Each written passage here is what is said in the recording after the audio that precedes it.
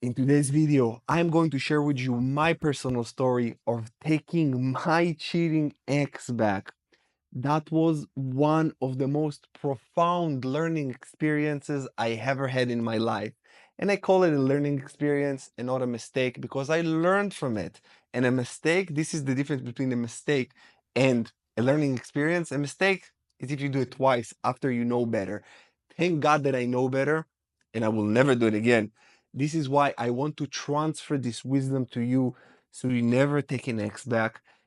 It doesn't matter if they cheated, of course not, but even if they broke up with you, the sacred bond has been severed. I made multiple videos around this subject, but today I just want to give you my story on how I took her back, why I took her back, what was going through my mind, and what I understand now, and my conclusions. Because you might have the same conclusions, or you can gain some of my conclusions and follow my footsteps in knowing how you can become stronger, grounded, and healed.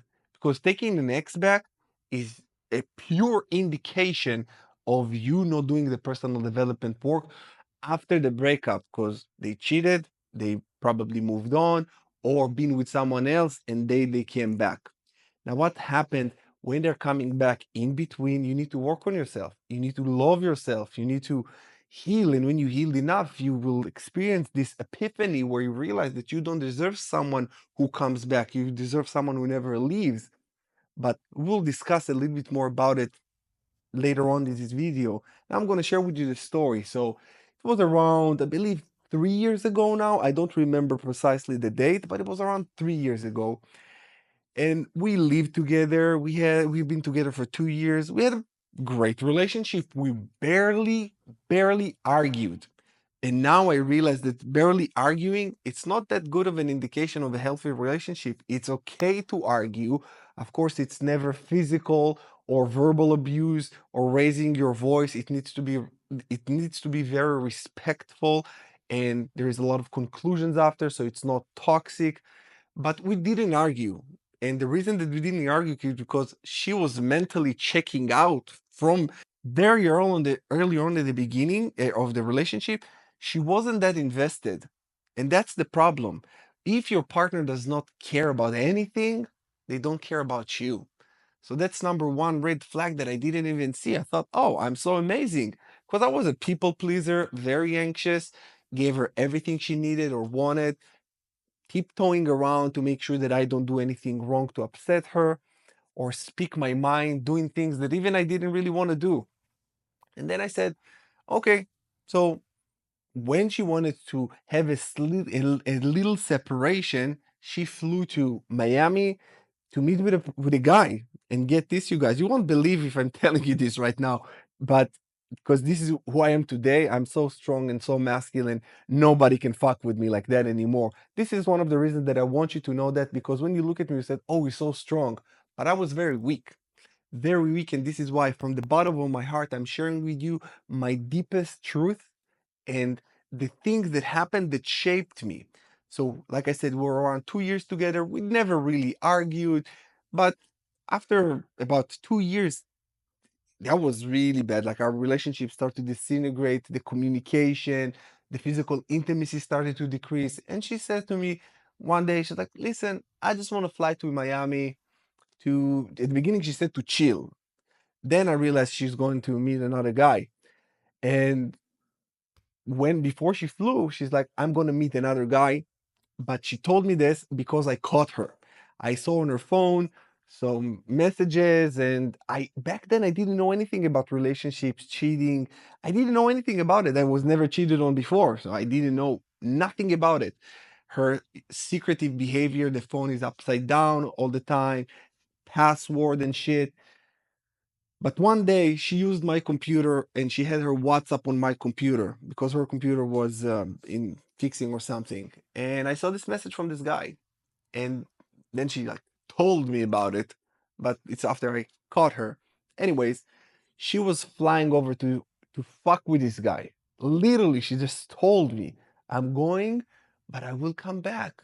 It's like, oh, okay, okay. Oh, and by the way, back then I thought that I want to have an open relationship. I told her, "Oh, that's okay. You can have an open relationship." I didn't want that, but I was so anxious and afraid that when she started talking about open relationship, I was like, yeah, of course, I'm good with that. I never acted on it. She did, and when I caught her with this guy, she said, "Oh, but we are in an open relationship." I said, "Yeah, but open relationship is when you communicate this with me. You tell me. You didn't tell me. I found out." That was a big difference. Anyways, I said, "I'm gonna let it slide." While she's going fucking this other dude, she leave me her dog. She's like, "Listen, I can't take my dog with me. Can you take care of him?" Just see how weak I was. She's over in Miami, fucking another guy, and I take care of a dog for a month. 1 month she was there with this dude. That's a lot of fucking. And in the meantime, I am. Whew, this is where I started just learning a little bit about the no contact, about exes, about all of these red flags, things. And I was like, oh my God, what's going on here? What's going on? Even though I consumed a lot of content and I realized a lot of stuff, I wasn't strong enough. I wasn't masculine enough to say, fuck you. Like, no, no, like, hell no, because I didn't do the healing work correctly, like I'm teaching you with my online healing coaching program, The Rise of the Phoenix. I created this program because this is what I needed. And if I had it, believe me, I wouldn't go back. I wouldn't ever go back. Based on what I know now, I would never. But hey, that was a learning experience. Now, when she came back, I'm like, all right, first of all, I missed her. I loved her. I was very obsessed because rejection breeds obsession. I was extremely obsessed. And I said, okay, come back. Well, welcome. Very anxiously. And when she came back, my life came back. I could eat again, sleep again. Just holding her was amazing. Even though I knew she was with another guy, I was like, I don't care as long as you're here. I didn't even care. So I took her back. And guess what? After that, the first 2 3 months were the best months of the relationship after, because after you lose someone and you get them back, there is a euphoria, there is a sense of like reliving, reborn, if you will. But that's fuck, this is extremely toxic. I didn't see it back then. And old behaviors starts to appear again. She starts fucking around again, secretive with their text messages, withdrawing intimacy, and all that shit that happened before. But then I was a little bit more informed. I said, oh, I remember these videos on YouTube, or this guy or that guy said if the phone is upside down, she's cheating, or this. Like, I literally was that square about it. And then I said, okay, she's doing it again. This time it was a little bit harder for me because I didn't want to let go. I was so invested already, also financially. I just invested a lot in her. So it was hard for me to let go until she just left me again. She was like, I can't do this anymore. And she just left me again. I don't know if she had another dude or not, but she left me. And immediately when she left me, I met someone else. It was in a matter of 2 days. And I went to a rebound relationship. And of course, this rebound relationship didn't work because you already know how rebound relationships always fail. But the reason that I wanted to share this story with you is when you take a cheating ex back, it never ends well. It never ends well.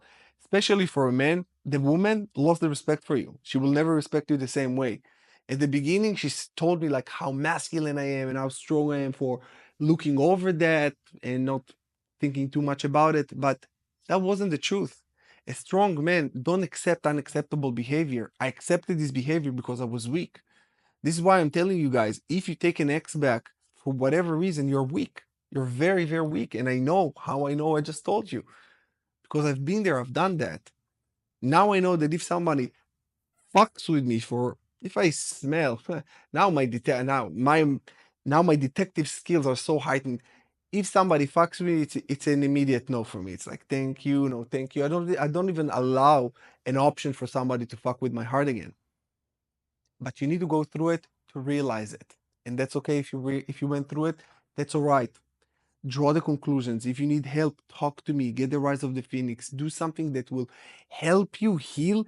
First of all, that it will never happen again. You got to make sure that it never happens again, because if you don't work on yourself, it will happen again. You got to work on yourself. And also to just grow. You have to grow. You have to. This is a part of your healing journey as well. For me, it took me a lot of time because I consumed a lot of misinformation. This is why I created this channel, to give you the proper information you need to grow, to elevate. I documented my journey from my ex who cheated on me. This was the second cheating I experienced in my life, by the way. So my first ex, not my first, like I don't remember the number, but I think it was like seventh girlfriend or sixth. Yeah, I didn't have a lot of girlfriends in my life, just around eight. But anyways, she cheated, and then I went into a rebound relationship, and then my other ex monkey branched.